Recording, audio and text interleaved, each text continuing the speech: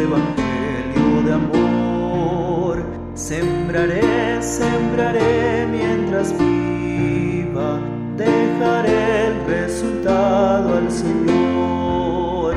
Sembraré, sembraré mientras viva simiente de amor. Segaré, segaré al hallarme en la casa de Dios. Sembraré en corazones sensibles la doctrina del Dios de perdón. Sembraré, sembraré mientras viva, dejaré el resultado al Señor. Sembraré, sembraré mientras viva simiente de amor. Segaré, segaré al hallarme en la casa de Dios. Sembraré en corazones de mármol la bendita palabra de Dios. Sembraré, sembraré mientras viva, dejaré el resultado al Señor. Sembraré, sembraré mientras viva simiente de amor. Segaré, segaré al hallarme en la casa de Dios.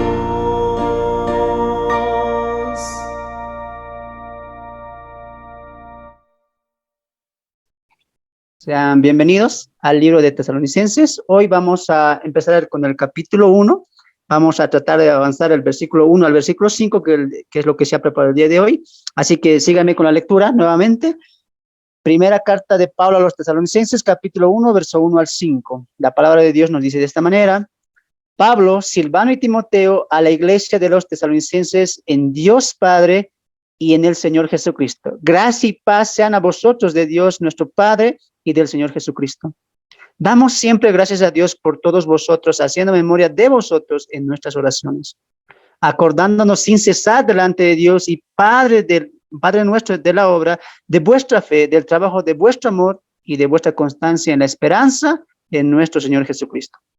Porque conocemos, hermanos amados de Dios, vuestra elección, pues nuestro evangelio no llegó a vosotros en palabras solamente, sino también en poder en el Espíritu Santo y en plena certidumbre, como bien sabéis, cuáles fuimos entre vosotros por amor de vosotros. Cuando empezamos a ver la carta a los tesalonicenses, y creo que ustedes lo saben muy bien, muchos de los eruditos y maestros estamos de acuerdo también en que de las 13 epístolas del apóstol Pablo, estas dos cartas, tanto de Filipenses como de Tesalonicenses, como que nos dan un margen o un detalle específico de cómo debería ser una iglesia modelo, ¿no? La carta de los Filipenses, por ejemplo, es una carta que Pablo no reprende mucho. Pablo, al contrario, anima, exhorta, da el gozo que tiene con los filipenses, y él utiliza la misma salutación que lo hace con Tesalonicenses, a diferencia de las demás cartas. Ustedes lo van a comprobar en sus propias Biblias, cuando tengan tiempo también. En la manera en que él empieza las salutaciones, por ejemplo, en Corinto, en Colosenses, en Gálatas, siempre él utiliza su título de apostolado, y él dice: Pablo, apóstol de Jesucristo, Pablo, llamado a ser apóstol. Entonces, la salutación siempre implica mucho en lo que se va a tratar en la carta, ¿no? En qué marco o a qué tema lo está llevando el apóstol, que es, en este caso Pablo, cual va a escribir las cartas, ¿no? Por ejemplo, Colosenses, él empieza su carta diciendo: yo soy el apóstol, ¿no? Utiliza el título de apostolado porque va a hablar de mucha apología en Colosenses. En realidad va a colocar énfasis en Cristo, en su deidad, en su poder, y que, como diría él en su carta de Colosenses, que en él habita la plenitud de la deidad. Cristo es Dios, en pocas palabras, ¿no? Entonces, mucho influye cómo empieza una carta, la salutación de la carta, para ver el desarrollo de la carta. En este caso, nosotros hemos visto el trasfondo de lo que es Tesalonicenses, y vemos una iglesia modelo, sufriente, en tribulación, perseguida. Muchas veces también los mismos hermanos de Tesalonicenses estaban siendo marginados por la fe que estaban ya ellos presidiendo tras la predicación del apóstol Pablo y Silas. Y la carta a los tesalonicenses va a ser una carta de ánimo, de exhortación, ¿no? De exhortación a seguir el camino de la fe.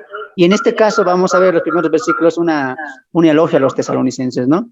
Entonces vemos todo eso. Entonces la salutación que empieza, Pablo, Silas y Timoteo, te das de cuenta que él no utiliza el título de apóstol, ¿no? Porque va a enfatizar netamente a creyentes que ya están creciendo. Es más, han obrado mucho y lo va a aclarar en el verso 3, que ahorita vamos a entrar en eso. Pero lo interesante aquí, hermanos, es notar que él añade a siervos, en este caso Silvano y Timoteo, que también se lo hace en la carta de Filipenses, en este caso a Timoteo solamente. ¿Qué nota ahí el apóstol Pablo? El apóstol Pablo ahí está notando también la humildad de un siervo, ¿no es cierto? Porque está colocando a dos consiervos suyos, a dos colaboradores, como son en este caso Silas y Timoteo, que jugaron un gran papel.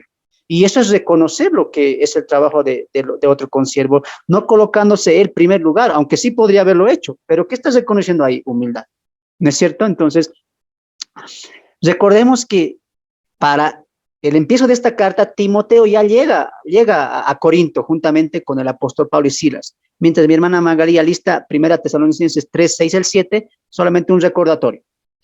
Esta carta de Tesalonicenses se escribe desde Corinto, ¿ya? Y en Corinto, en la predicación del evangelio se estaba dando a la voz del apóstol Pablo y también Silas. Timoteo se queda en Tesalónica para fortalecer a los hermanos porque ya la tribulación o la persecución ya había comenzado. Eran tiempos difíciles en la región de Macedonia, ¿ya? Pablo se adelanta a Corinto y se queda Timoteo. Timoteo, después de un tiempo, no sabemos cuánto, llega a Corinto y le trae noticias de la iglesia en Tesalónica. Y las noticias son buenas. La noticia es que la iglesia está perseverando, está creciendo, no se está rindiendo, no está desanimándose, más al contrario, están afrontando la tribulación, pero con gozo. Gozo en Cristo y saber en quién han creído. Entonces, mira lo que va a decir más adelante Pablo. Primera Tesalonicenses 3, 6 al 7, y mira el relato que Pablo va a hablar acerca de Timoteo y cómo esto se entrelaza bien con lo que hemos visto en Hechos 17, ¿ya? Primera Tesalonicenses 3, 6 al 7. Hermana Magari, ¿lo tienes? Amén, hermano. Escrito está. Pero cuando Timoteo volvió de vosotros a nosotros y nos dio buenas noticias de vuestra fe y amor, y que siempre nos recordáis con cariño, deseando vernos como también nosotros a vosotros. Por ello, hermanos, en medio de toda nuestra necesidad y aflicción, fuimos consolados de vosotros por medio de vuestra fe. Amén. Amén. ¿Te das de cuenta? Hay un gozo. Timoteo llega con buenas noticias. La preocupación de Pablo, por eso el día más adelante, siempre oramos por ustedes. Y la oración era esa. Imagínate tú, Pablo levantando una iglesia en Tesalónica, hermanos que estaban creciendo, mayormente gentiles, ojo, mayormente gentiles, muy pocos judíos, pero mayormente gentiles.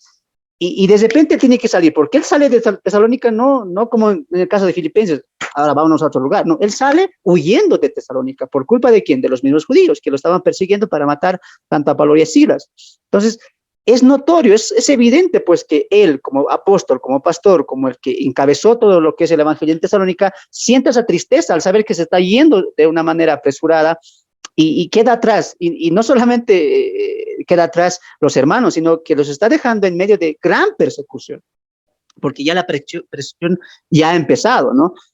Y la revuelta también. Entonces, la preocupación de él, imagínense, al ir a Berea, de Berea a pasar a Atenas, de Atenas a pasar a Corinto, siempre estaba en sus oraciones que, ¿cómo estarán los hermanos de Tesalónica? ¿Qué estarán haciendo? Que la persecución, que todo eso no ahogue la fe que ellos han creído y la palabra que ellos han escuchado a través del apóstol Pablo. Y esa era la preocupación. Y es por eso que se queda Timoteo a fortalecer a los hermanos, ¿no?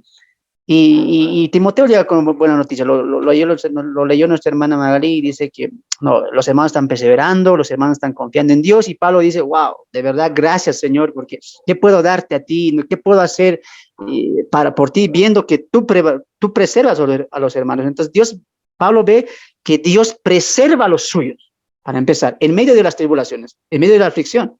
¿Te das de cuenta? Entonces ahí Pablo está connotando todo eso. Y Pablo aquí añade a los dos siervos, tanto Silvano como Timoteo, y los coloca a la par. Y esto es natural. En un mundo, en una en un tiempo, en una generación en la cual muchos pastores, hermanos, se han denominado, autodenominado profetas, apóstoles, y ellos mismos se han autoproclamado un estándar alto. Pablo, el apóstol de los apóstoles, Pablo, el apóstol de los gentiles, el que conquistó casi 3 continentes con el evangelio, él reconoce a otro como igual. Es más, en Corintios 3 él diría, yo planté, Apolos regó, pero el que planta y el que llega no son nada. Y eso es el reconocimiento que Pablo está haciendo aquí. Él está connotando la igualdad, por más que él es apóstol. Y eso es lo importante en este tiempo, que el siervo y el hermano que lidera, el hermano que imparte la palabra, tiene que reconocer que si está en el púlpito es por la gracia de Dios. Y aparte de que esté en el púlpito, es también es uno de los hermanos que está sentado ahí. Es una oveja, parte del redil de Cristo. Es muy importante entender la humildad dentro del ministerio. Pablo lo tenía muy claro. La Biblia lo nota muy claramente. Somos llamados a servir, no a ser servidos. Y en esto hay como que dos frentes. Por un lado, hay ovejitas, creyentes, cristianos, que colocan en un podio al pastor o al líder. Entonces ven, como él no hay, él es el único que predica así, el único que tiene esta metodología de enseñanza, y no estamos juzgando a los pastores. Sí hay muy buenos pastores, lo que aquí estamos enfatizando es que a veces los creyentes mismos colocamos a un pastor delante, encima, no, y Dios no quiere eso. Los siervos tenemos que entender que detrás de nosotros está el Señor de los siervos, y es a Él al quien hay que alabar, es a Él al quien hay que idolatrar por encima de nosotros. Y Pablo coloca en un estándar. Mira, Pablo, Silvano y Timoteo. Muchas veces él le va a llamar con siervos suyos. Es más, en el Filipenses llamaría a las 2 mujeres que estaban ahí en conflicto, diría, estas son consiervas que trabajaron por el evangelio, y reconoce siempre eso. Y eso es lo bueno, ¿no?, de la humildad de un siervo que tiene que tener para presidir. Siempre es reconocer que la humildad es ante todo. Algo que en este tiempo tristemente se está perdiendo, y los mismos pastores, apóstoles y profetas se proclaman la superioridad, tanto que, mira, acá por ejemplo yo veía un caso que no todos pueden ver al apóstol. Yo como congregante de la iglesia del apóstol X, yo quiero conversar con él, tener consejería con él, hablar con él para que me ayude en cierto tema, y te dicen, no, agenda tu cita. Nadie puede ver al apóstol o al profeta si no es con cita previa.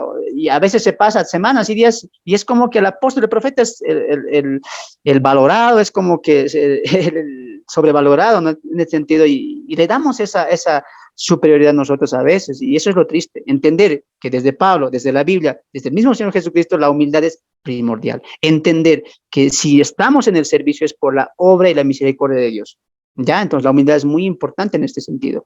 Por el lado de los creyentes, de los hermanos que se congregan, no ver siempre al pastor como algo en superior. Tanto así que a veces cometemos este error, hermanos. Decimos al pastor, ore por nosotros, pastor, ore por mi negocio, ore por esta nueva movilidad que he conseguido. Y pensamos que el pastor está más cerca de Dios, y no es así.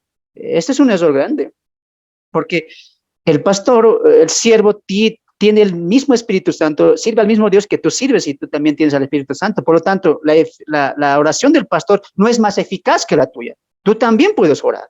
Y a veces ese error cometemos. Y los pastores también tienen que entender que somos siervos, parte de las ovejas, parte del grupo, que también somos igual. Fallamos, nos equivocamos, erramos, y lo importante es no colocar la vista en nosotros, sino en el Señor. Entonces, Pablo está colocando aquí mucha humildad en la carta a los tesalonicenses, como lo hace en la carta a los filipenses, y es muy bueno entender también eso de parte del apóstol Pablo, ¿no?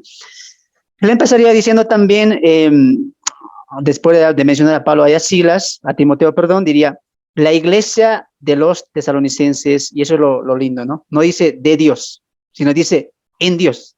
¿Notaste eso? Ya dice Pablo, Silvano y Timoteo, a la iglesia de los tesalonicenses, y no dice de Dios, dice en Dios, Padre y el Señor Jesucristo. Ese en Dios y en el Señor Jesucristo connota unidad. Y me gustaría que la hermanita pueda buscar Juan 17, 21 al 23, porque es la misma oración que Jesús hizo en la oración sacerdotal, hablando de los discípulos, pero ya en aplicación también para nosotros. Padre, te pido que ellos sean uno, así como tú y yo somos uno, diría en San Juan 17, 21 al 23, que ahorita lo va a leer. Entonces, la unidad, la iglesia de los tesalonicenses en Dios habla de unidad, habla que estamos en Cristo y estamos en Dios. A ver, leeremos Juan 17, 21 al 23. Escucha la oración que Cristo hace y mira cómo eso se replica ya mediante la iglesia va creciendo. Juan 17, 21 al 23. ¿Lo tienes, hermana? Juan 17, 21 al 23.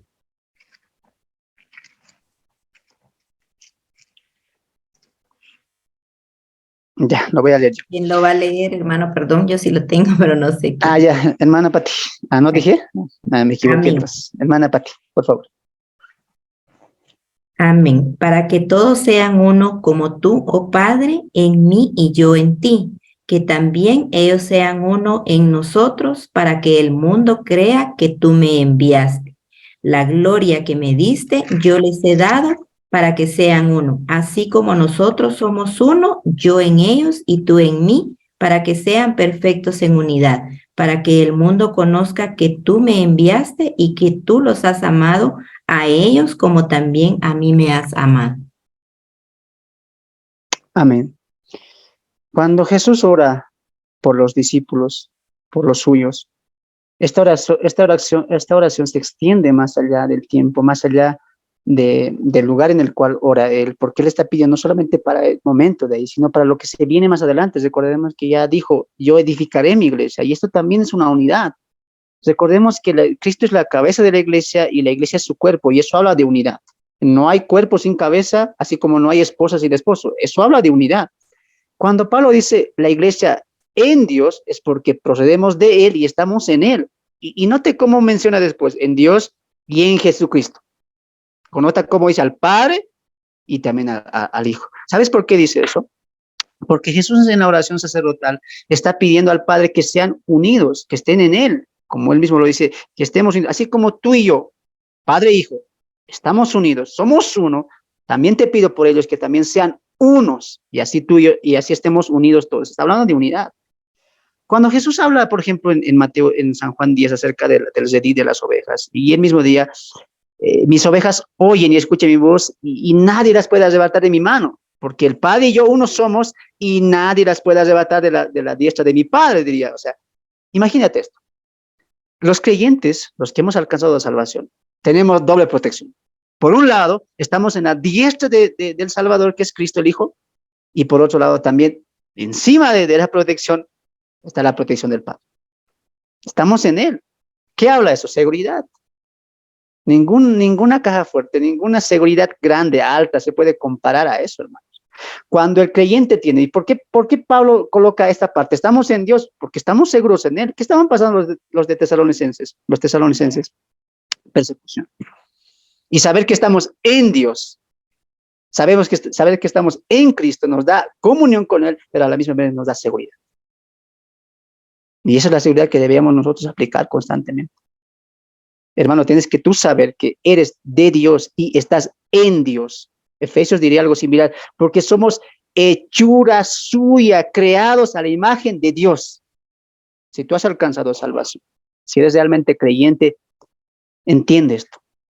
Tu seguridad está en Cristo. Y no importa lo que esté pasando alrededor. Es como que Pablo les diría, mira, ustedes, hermanos, están viendo persecución, están viendo hermanos llevados a la cárcel, están viendo tal vez hermanos siendo lastimados, sí, pero sepan algo, ustedes están en Dios y eso les va a dar seguridad de que de soportar eso, como lo diré más adelante, pero con gozo.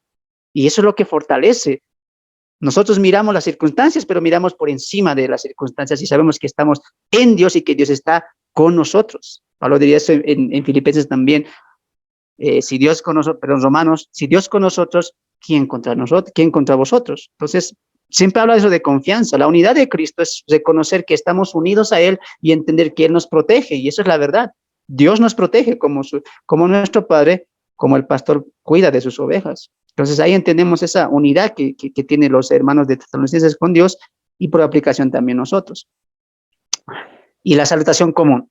Gracia y paz sean con vosotros nuevamente, de Dios nuestro Padre y del Señor Jesucristo. ¿no? Entonces siempre Pablo utiliza la gracia por delante, la paz, y a veces añade la misericordia, pero siempre está encabezando la gracia. ¿Por qué? Porque la gracia proviene de Dios, y la paz que Jesús nos dijo, mi paz os dejo, mi paz os doy, siempre tiene que estar con ustedes. Es importante entender eso. Paz en medio de las circunstancias que estamos pasando. Y entiende eso. ¿Qué es paz? Es la tranquilidad. Saber que Él está en control y saber que sus planes son perfectos. Aunque nosotros no lo entendamos, aunque nosotros no comprendemos el momento que estamos pasando, saber que Él tiene el control, ¿sabes qué te trae? Paz. Y decir, Señor, no sé por qué está pasando esto. Y no lo entiendo, pero sé que tú controlas todo. Sé que tú eres soberano y sé que al final de esto tú vas a ser glorificado. Y por lo tanto a mí me toca estar en paz, tranquilo, sabiendo que Dios ha colocado su gracia en mí y que Jesucristo colocó su paz en mí. ¿Entiende eso, no? Entonces, qué lindo saber que la gracia y la paz están con nosotros, ¿no? Los creyentes en Cristo Jesús. En el versículo 2, el apóstol diría, damos siempre gracias a Dios por vosotros, haciendo memoria de vosotros en nuestras oraciones. Y no es la única vez que el apóstol Pablo va a orar por los hermanos, tanto de Corinto, tanto de Tesalónica, con los hermanos que él va a ir edificando y levantando también. Pablo estaba orando constantemente por cada uno de ellos. En este caso, de los tesalonicenses, él oraba porque ellos se mantengan firmes en la fe, y de verdad que Dios como que responde a ese llamado, y no solamente ve firmeza, sino que también ve que el evangelio está siguiendo. Es más, muchos se están convirtiendo. Y él dice, note esa palabra, damos siempre gracias a Dios. O sea, Pablo oraba por los tesalonicenses en la mañana, a mediodía, en la noche, al levantarse, al descansar. Era constante. ¿Qué pedía? Por los hermanos tesalonicenses, que superen la prueba, que crezcan en medio de las circunstancias que están viviendo. Y él dice, siempre están en mi memoria. Y esto lo lleva a la oración. Y eso es muy importante. A veces nosotros recordamos de hermanos que están en otros lugares, pero ese recuerdo o ese sentir que tú llevas, plásmalo en la oración, que es muy importante. No dejes de orar, déjalos de orar. Y no solamente veas, y esto es una aplicación importante, porque Pablo, mira cómo está sintiendo, y es lo importante de la unidad también entre hermanos, porque Pablo, a pesar de ser el apóstol, a pesar de ser el que inicia también la iglesia en Tesalónica, él siente ese amor fraternal, sabiendo que sus hermanos están padeciendo. Y recuerda lo que Pablo dice en Corinto, si uno de los miembros sufre algo, todo el cuerpo siente eso. Y deberíamos orar también así constantemente, no solamente por los hermanos de nuestro país o de nuestra comunidad, sino también por los que están afuera. Ejemplo, los peruanos están padeciendo mucho con el trato que está dando el gobierno. Hay mucho conflicto allá y hay más de muchos muertos, ¿sí o no?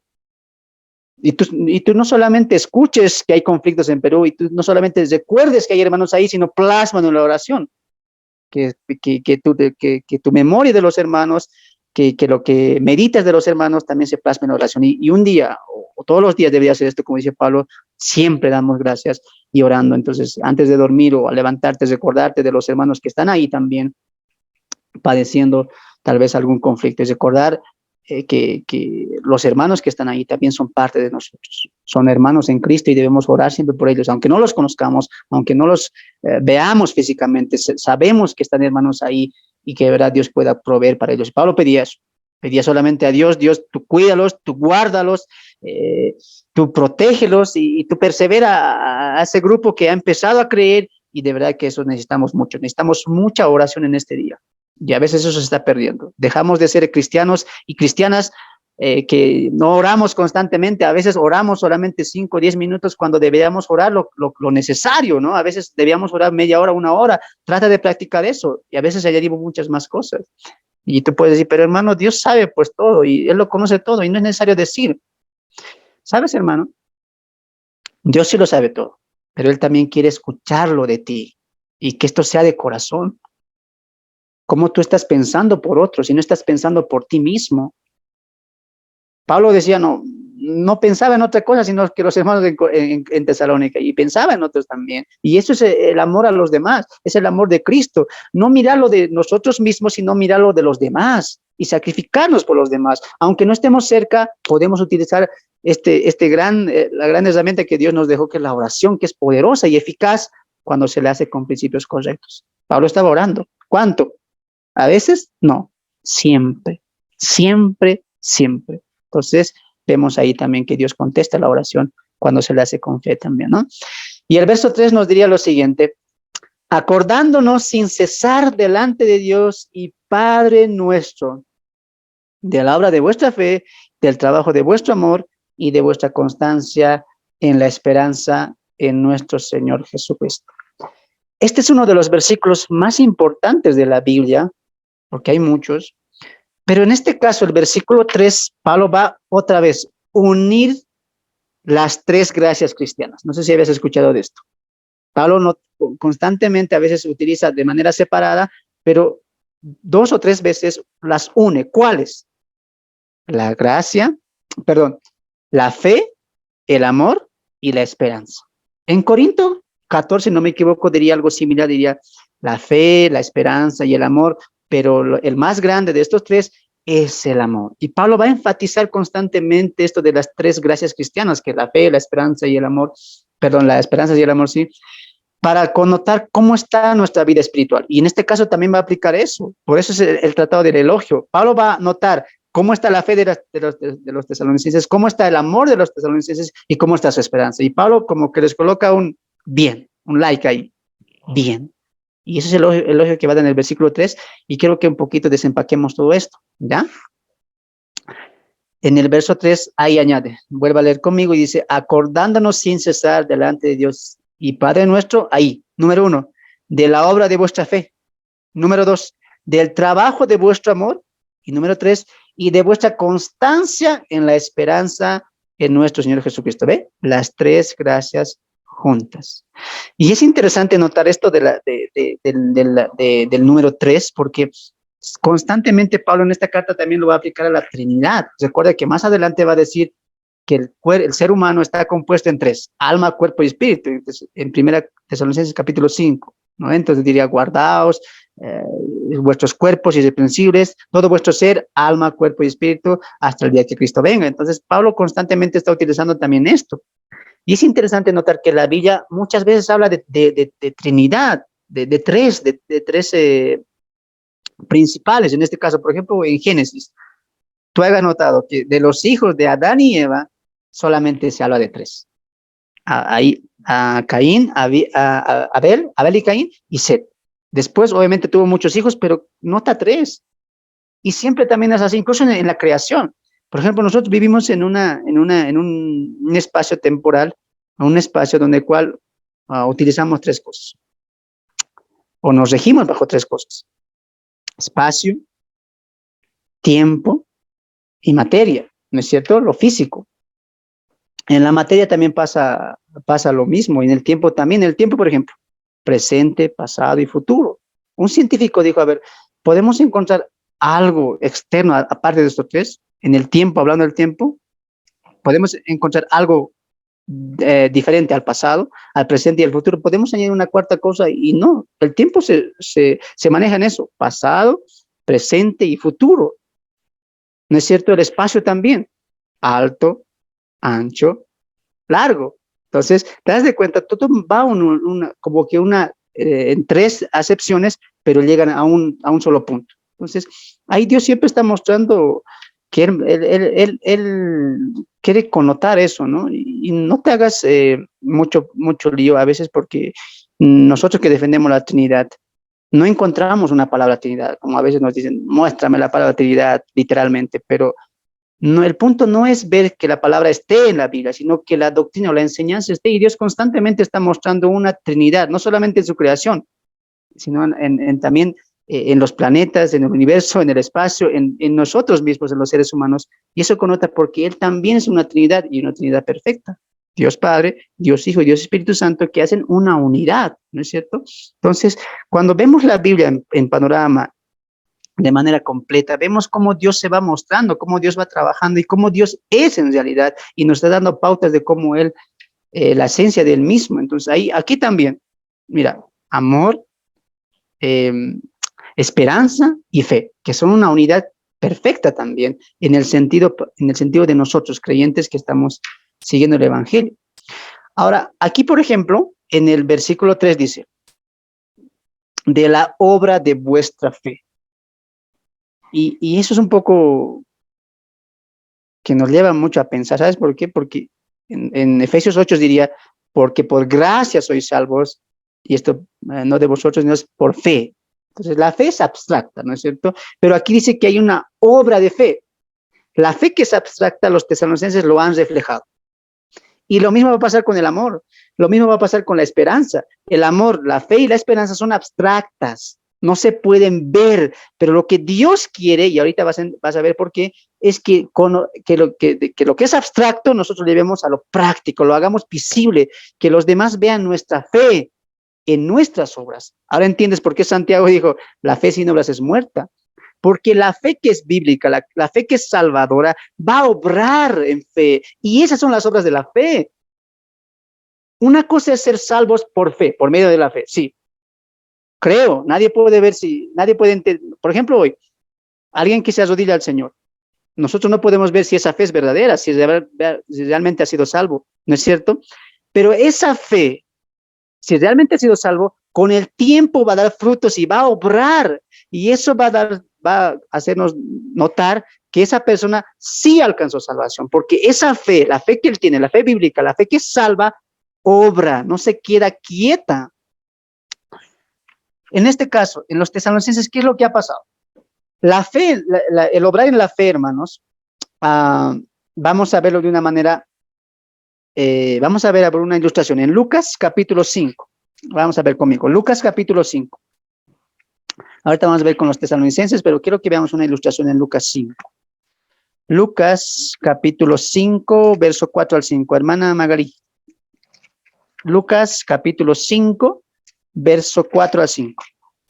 Amén, hermano. Escrito está, cuando terminó de hablar, dijo a Simón, boga mar adentro y echad vuestras redes para pescar. Respondiendo Simón, le dijo, Maestro, toda la noche hemos estado trabajando y nada hemos pescado, mas en tu palabra echaré la red. Amén. Ahora, para que los tesalonicenses y nosotros también por aplicación, y esto es para que también nos autoexaminemos, porque si realmente decimos, creo en Dios, tengo fe, he sido salvo o pertenezco a la familia de Dios, tú tienes que preguntarte, ¿tienes obras de la fe? Porque aquí no está hablando de la fe salvada, porque los tesalonicenses ya han sido salvos, y Pablo está claro en eso, sino que están obrando en esa fe. Ahora, tú dime, la fe viene, según Romanos 10, por oír la palabra, ¿no es cierto? Uno oye la palabra, la cree, el Espíritu Santo toca el corazón del hombre y el hombre se convierte, es instantáneo, no se ve, es abstracto, pero lo que sí se va a ver son las obras.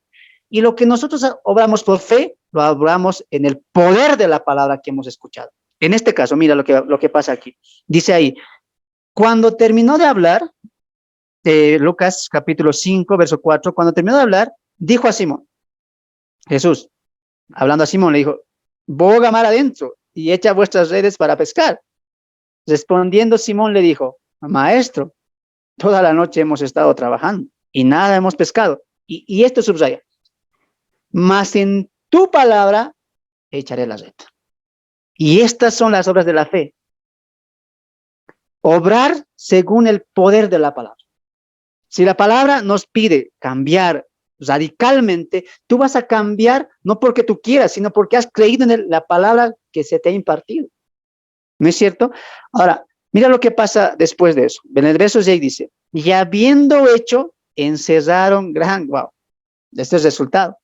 El resultado de decir, más en tu palabra, o sea, creo en tu palabra, porque tú lo dices, yo lo haré. ¿Y el resultado qué es? Una pesca milagrosa, ¿no? Y habiéndolo hecho, encerraron gran cantidad de peces, tanto que la red se rompió.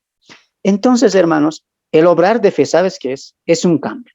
Ahora, tú no vengas a pensar, entonces, obrar por fe es ir a evangelizar, ir a predicar. No, eso no es obrar de la fe, porque el obrar de la fe realmente viene de ti.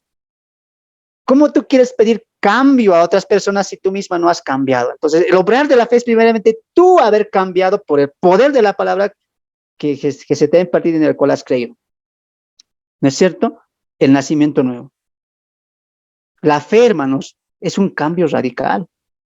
Tú no puedes decir tengo fe y seguir como has seguido mucho tiempo, ¿no? Porque, ¿sabes por qué? Porque la fe bíblica, la fe que proviene de las Escrituras, por la palabra de Dios, la que agarra, la que toma el Espíritu Santo y penetra tu corazón, va a obrar, no se va a quedar quieta, va a decir, creo esta palabra y la hago.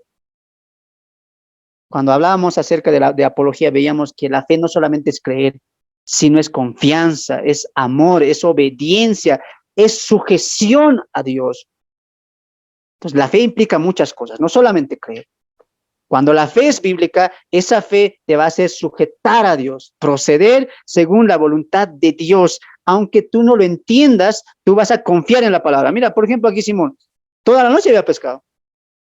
Y en su conciencia decía, bueno, no vamos a pescar más, pero hay un pero. ¿Cuál es el pero?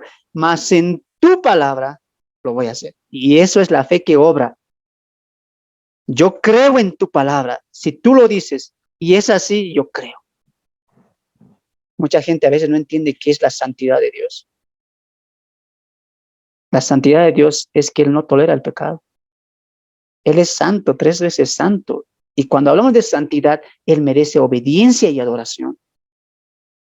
Cuando entiendes eso, tú adoras a Dios por quien es Él, no por lo que Él te puede dar.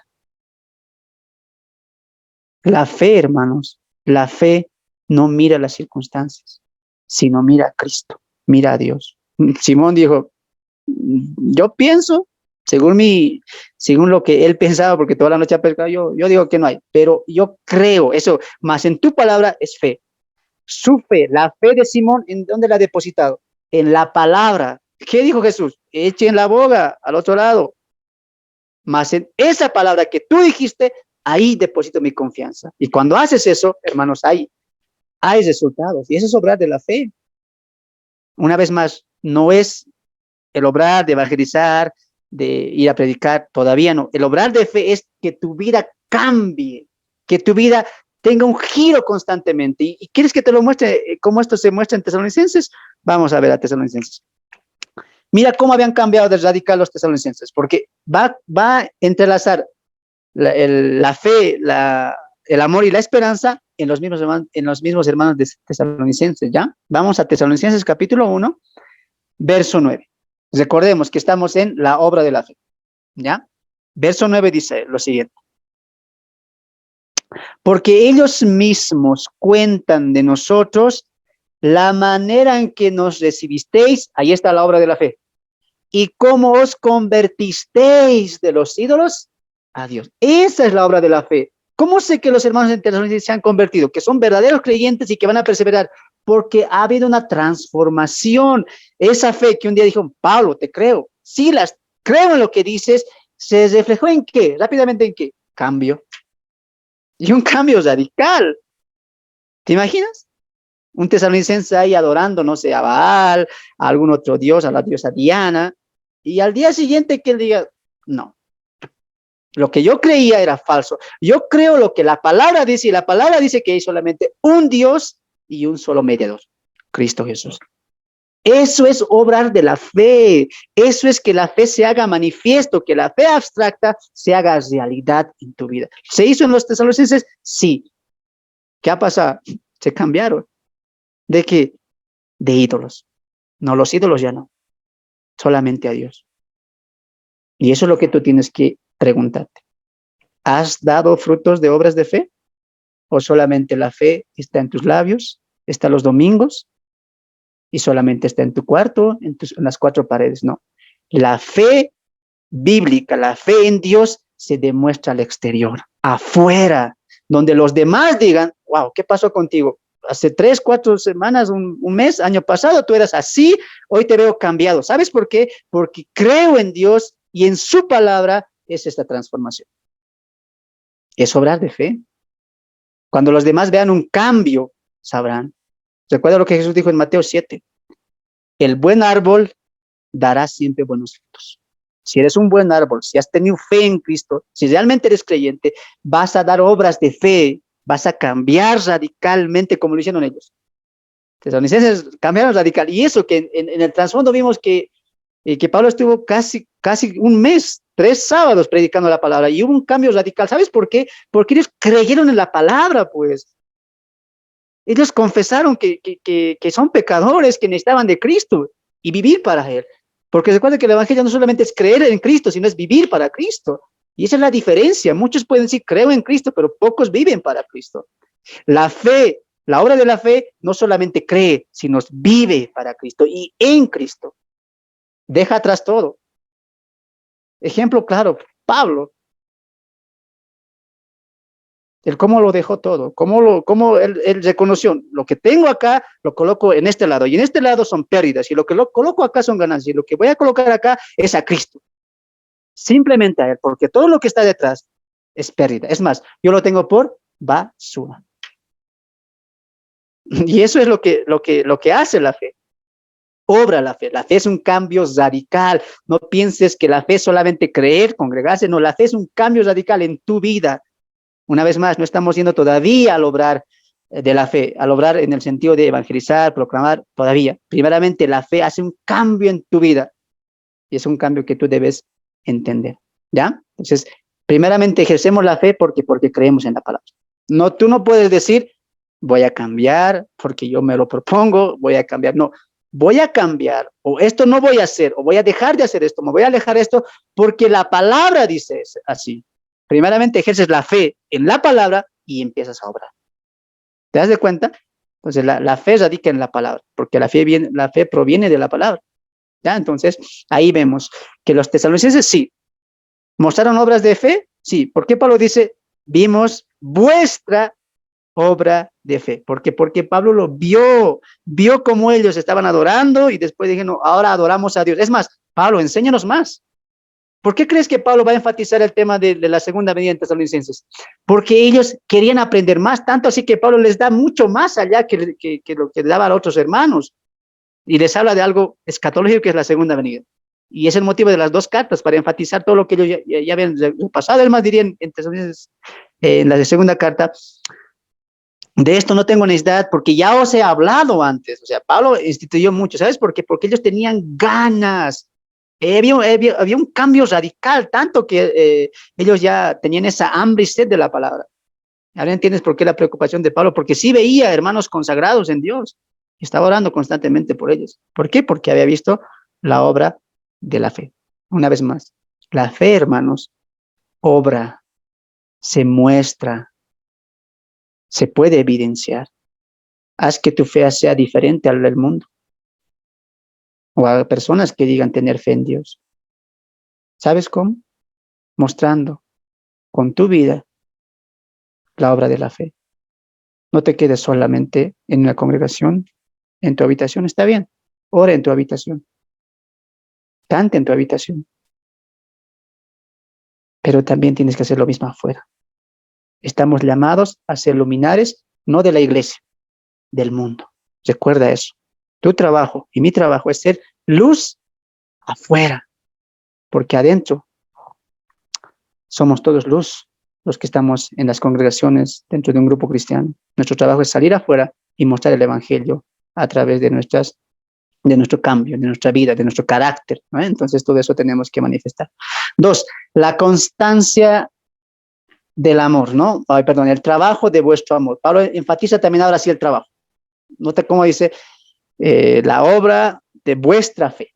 Sí, había un cambio, sí lo hemos visto. ¿Qué habían hecho? Se han cambiado de los ídolos a Dios. Amén. Vemos el punto número 2, el trabajo de vuestro amor. El trabajo de amor, de vuestro amor que dice Pablo allá en Tesalonicenses, manifiesta ese esfuerzo, esa entrega completa a cumplir los mandamientos de Dios, ¿ya? Ahora, el trabajo del amor, hermanos, tenemos que entender que, aunque Pablo utiliza el término trabajo, pero añade de amor, implica que lo hacemos felices, alegres, aunque cuesta sí, pero lo hacemos con gozo. No rechazamos la idea de que sí se lo hace con sacrificio porque implica sacrificio, pero en el sacrificio hay gozo. Te voy a dar una ilustración. Por ejemplo, un caballero va por la calle y ve a una niña de no menos de 10 años, pongamos 9. Una niña de 9 años y ella está cargando a su hermanito, un bebé. Y el caballero le dice, niña, ¿no es mucho peso para tu edad? ¿No te estás cansando? ¿No es mucho trabajo para ti? Y la niña responde, es que es mi hermanito. ¿La niña se estaba cansando? Sí, pero lo hacía por amor. Ese es el trabajo de amor que hacen los tesalonicenses. Cuesta, sí, pero lo hacemos por amor. Y el amor es lo que hace resistir la obra. Los tesalonicenses, hermanos, no solamente escapaban, sino que a través de la tribulación, en medio de lo que tenían que afrontar, ellos animaban a otros y les presentaban a Cristo. ¿Era difícil en ese tiempo? Sí, sin duda. Pero ¿sabes lo que ellos les mantenía? El amor. Pablo una vez más enfatiza, el trabajo de vuestro amor. El amor en Dios y por cumplir sus ordenanzas. El caminar de la fe, hermanos, va a ser sacrificial, pero ¿sabes lo que nos va a mantener? El amor de Dios. Eso es lo que te va a hacer todos los días levantarte y decir, un día más para alabar a Dios, para mostrar a Cristo, para testificar de Cristo, y un día más que yo quiero y te pido, Dios, que me transformes a la imagen de tu Hijo Jesucristo. Porque si no fuera el amor, hermanos, no tendríamos ese motor esencial. Recuerda lo que dijo Pablo en Timoteo, pero en Corintio, la fe, la esperanza, sí, pero más grande es el amor. Y recuerda que estamos bajo la ley de Cristo, y Cristo, ¿qué dijo? Un nuevo mandamiento os doy, que os améis unos a otros. Por lo tanto, el amor es primordial. ¿Para qué? Para trabajar para el Señor. Los tesalonicenses habían creído, habían mostrado obras de fe, sí, porque han cambiado totalmente. Hay un cambio en ellos. Se nota que hay una transformación por la palabra y de la palabra. ¿Qué es esta? Trabajar, obrar, pues. Y es lo que Pablo va a connotar. Ahora, muy bien, han creído, sí. Ahora que trabajen. Y ellos, ni cortos ni perezosos, trabajaron por el Señor. ¿Quién crees que hizo crecer la iglesia en Tesalónica? Pablo no estaba. Timoteo es el único que estaba levantando la iglesia. ¿Y quién cree que le ayudó? Los hermanos, pues. Pablo diría más adelante, y tanto así que ha sido su esfuerzo que cuando vamos a tal lugar, ya el evangelio ha llegado por boca de ustedes. Ustedes ya me han quitado hasta el trabajo. Ellos estaban constantemente trabajando por amor a Dios. Y eso es la clave. Yo voy a obedecer a Dios, yo voy a trabajar por Dios y yo voy a vivir por Dios porque le amo. Porque le amo. Y ese amor es entrega, es sacrificio. ¿Acaso no hizo también Jesús eso? A ver, vamos a ver. Jesús mostró también esa muestra de amor. A ver, vamos a Juan, a primera Juan, texto extra, ¿ya? Quiero que veas esto, cómo se refleja el amor. El amor es abstracto, ¿sí o no? ¿Sí? Pero Dios nos va a mostrar cómo se manifiesta el amor, cómo se hace evidente. Vamos a Juan, primera de Juan, capítulo 3, verso 16. Lean juntamente conmigo. Primera Juan 3, 16. Primera Juan 3, 16. En esto hemos conocido el amor. Ahí está.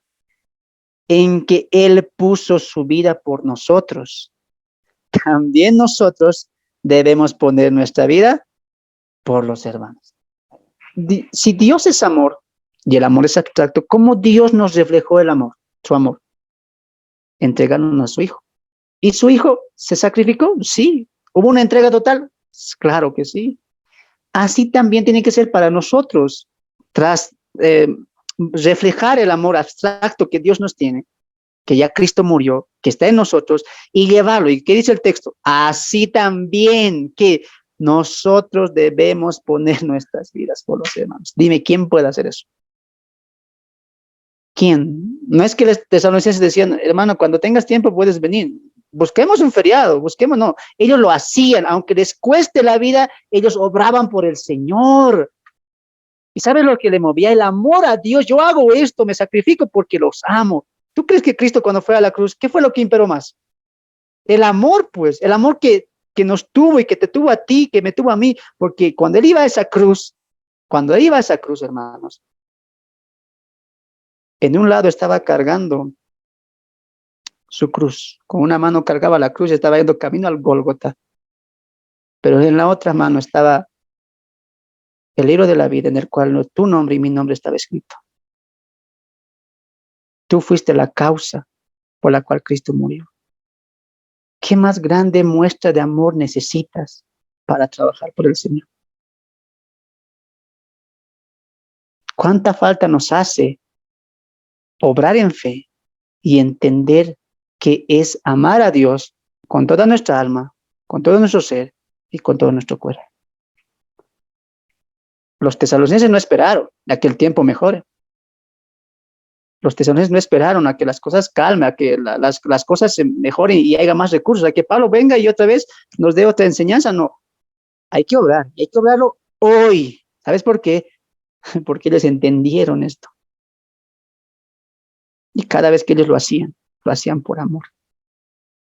Tú no cumples las ordenanzas de Dios. Tú no vas a hacer lo que Dios dice simplemente porque eres Dios y tú tienes que cumplir. No, tú lo haces por amor, porque le amas, vas a cambiar, porque le amas, te congregas, porque le amas, le cantas y porque le amas, vas a vivir por él. El amor es muy importante. ¿Qué dijo Jesús en Juan 14, si no me equivoco? Si me amáis, guardáis mis mandamientos. De manera que si yo digo amar a Dios, yo voy a cumplir sus mandamientos, yo voy a cumplir sus ordenanzas. ¿Por qué? Porque le amo. Porque le amo. Y eso es lo que me va a levantar toda la mañana, que Él me amó primero y me toca amarle a Él. Y como Él me amó primero y se entregó por mí, ahora me toca a mí vivir para Él. Y todo eso es en el amor. Algo que tú tienes que recordar siempre. El amor. Y hermano, ¿eso cómo reflejaron los tesalonicenses? Vamos al capítulo 9, al versículo 9, perdón. Mira cómo los tesalonicenses hicieron trabajo de amor. Verso 9, una vez más. Porque ellos mismos cuentan de nosotros la manera en que nos recibisteis y cómo os convirtisteis de los ídolos a Dios. Ahí está la obra de la fe. Para servir al Dios vivo y verdadero, el trabajo de amor. Entonces hay un propósito. Hay un propósito para tu llamado, para tu salvación, para tu vida. ¿Cuál es? Ahí está. Servir al Dios vivo y verdadero. Y Pablo entendió que esto se hace por amor. No hay más. Si el amor no es el motor que te impulsa a vivir tu vida cristiana, hermano, vas a caer constantemente. Constantemente vas a ser un cristiano, una cristiana que cae, que cae y difícilmente se levanta. ¿Sabes por qué? Porque no practicas el amor, porque no entiendes el amor que Dios tiene, o a veces, como dijo Juan en Apocalipsis, hemos dejado nuestro primer amor. Es cuando Dios te levanta y dice, oye, levántate. Yo no te he llamado solamente para sentarte, yo no te he llamado solamente para escuchar, para leer, yo te he llamado para que testifiques a las naciones que hay un Dios verdadero. Estás a mi servicio porque te compré por peso de sangre. Tenemos un propósito en Cristo. Y si tú no estás viviendo en tu propósito, posiblemente hayas dejado tu primer amor. Cristo mismo exhortaría a la iglesia en Éfeso. Recuerda, por tanto, de dónde has caído y vuelve a tu primer amor. Hermanos, si hoy no estamos trabajando, si seguimos esperando que el tiempo mejore, que la situación económica crezca un poco más, ahí voy a salir, o tendré más recursos, ahí voy a salir. No, tú tienes que trabajar por Cristo, que obrar por tu Señor, por el único Dios y verdadero, hoy, ya, ahora. Empieza hoy a testificar, mañana mismo empieza tú a hablar a alguien, que tu vida sea eso. Si Dios me salvó, si Dios me amó, es para que cumpla esta ordenanza. Yo lo voy a cumplir por amor a Dios.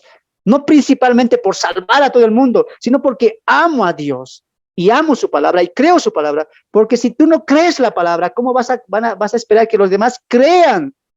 Si tú no amas a Dios al 100, ¿cómo esperas que los demás amen a Dios si tú no amas? Y ese es el punto, pues. El punto es que parta de ti para que después eso se refleje en los demás.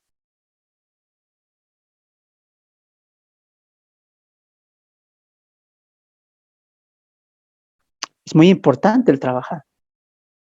Y es importante entender el por qué. Y el por qué es por amor. Es por amor. Hermanos, cuando Cristo vino, Él no esperó tener una buena casa. Él nació pobre. Y Pablo dice en Corinto que gracias a su pobreza somos ricos. Él no esperó a cumplir la voluntad de su padre. Él se desvivió. El rey de reyes no tuvo un palacio. No tuvo una cama donde acostar su cabeza. Implica sacrificio el trabajar por Dios. ¿Qué esperas tú para trabajar? ¿Qué esperas tú para sacrificarte? Nos falta de capacidad en el amor de Dios. ¿Cuán grande es? Empecemos, hermanos, a obrar por amor. Lo dijimos al principio de este año, que este año sea un año de sacrificios, de obrar para el Señor.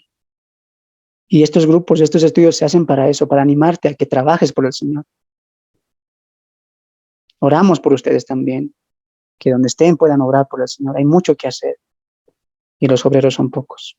Así que te animo a que te levantes de ahí, te levantes de la comodidad en la que estás y empieces a sacrificarte por Dios, porque Él lo hizo por ti, por amor, porque te ama. Y empieza tú a mostrar el amor de Dios a los demás con tu vida. Muy bien, entonces ahí vemos la tercera gracia cristiana, el amor.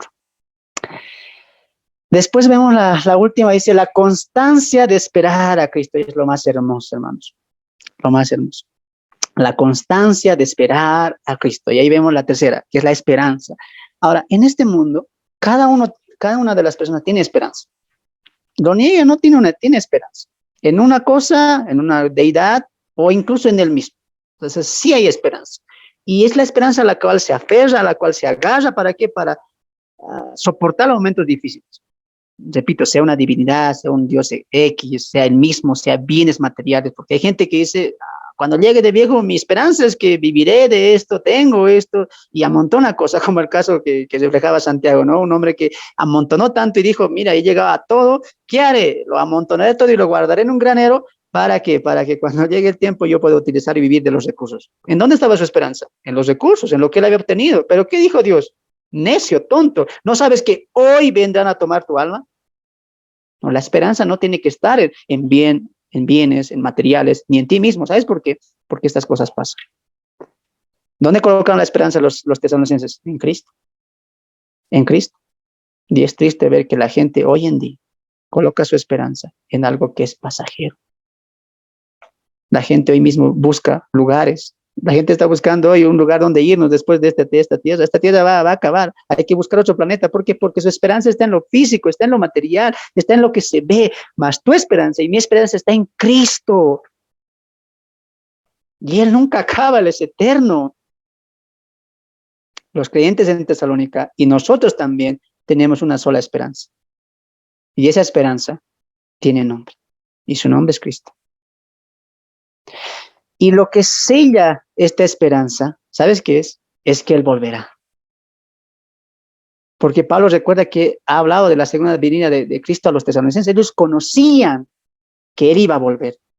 De la manera que ellos obraron de la siguiente manera. Mira, ellos obraron en fe, cambiaron radicalmente, trabajaron por amor a Cristo. ¿Y qué más? ¿Cuál es la esperanza? No importa si morimos, no importa si entramos a la cárcel. ¿Sabes por qué? Porque Él volverá. Y cuando Él vuelva, ¿qué es lo que va a pasar? No más tribulación, no más desánimo, no más pecado, no más sufrimiento. ¿Sabes por qué? Porque Él vuelve. Esa es la esperanza que nos hace obrar. Esa es la esperanza que nos hace seguir adelante, seguir obrando, seguir trabajando, seguir mostrando obras de fe, seguir trabajando por amor. Y Pablo cierra. Y la esperanza que es en Cristo. Y constante, algo constante. Recordar eso, recordar que Él viene, recordar que Él vuelve. Y así como el amor, a veces se nos olvida que Él volverá. ¿Sabes por qué? Porque si Él vuelve hoy, yo te pregunto a ti,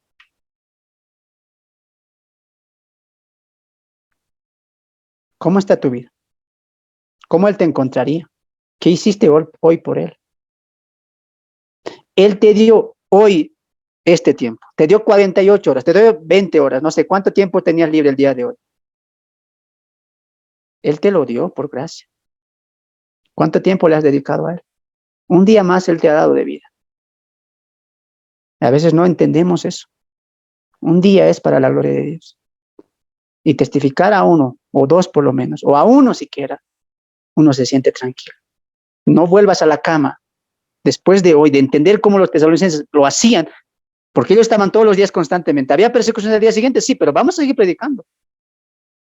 Pero hay persecución, pero no. Vamos a predicar. Yo sé que hay persecución. Yo sé que hay aflicción porque muchos están perseguidos, pero aún así, esto tienen que saber otros, que tienen que saber que hay esperanza en Cristo, que la gente tiene que conocer a Cristo, que eres la esperanza, que eres el camino, la verdad y la vida. Y tú tienes que entender eso, que cada día es un día más que Dios te da de oportunidad para trabajar por Él, testificando a otros de Él. Tienes que vivir así tu vida. Y lo que sé ya es la esperanza. Saber que Cristo viene. Y no aferrarme a lo que tiene. A veces un hermano me decía, hermano, ¿por qué tanto los evangélicos predican? Dejen casas, dejen esto, dejen lo otro. Todo quieren dejar, sí. ¿Sabes por qué? Porque nuestra esperanza ya no está en eso. Porque nuestra prioridad ya no es eso. Nuestra prioridad es vivir para Cristo y esperar a Cristo de manera pura, santa y piadosa, de una manera piadosa en nuestra vivencia. Ser luminares de verdad y ser la sal de este mundo. Y esa es nuestra prioridad. Y lo que sería eso es la esperanza de que Cristo volverá. Aunque lo pierdas todo, Él volverá. Así por tal motivo, hermano. Tú tienes que entender eso. Recuerda que tienes una esperanza bendita. Él lo dijo.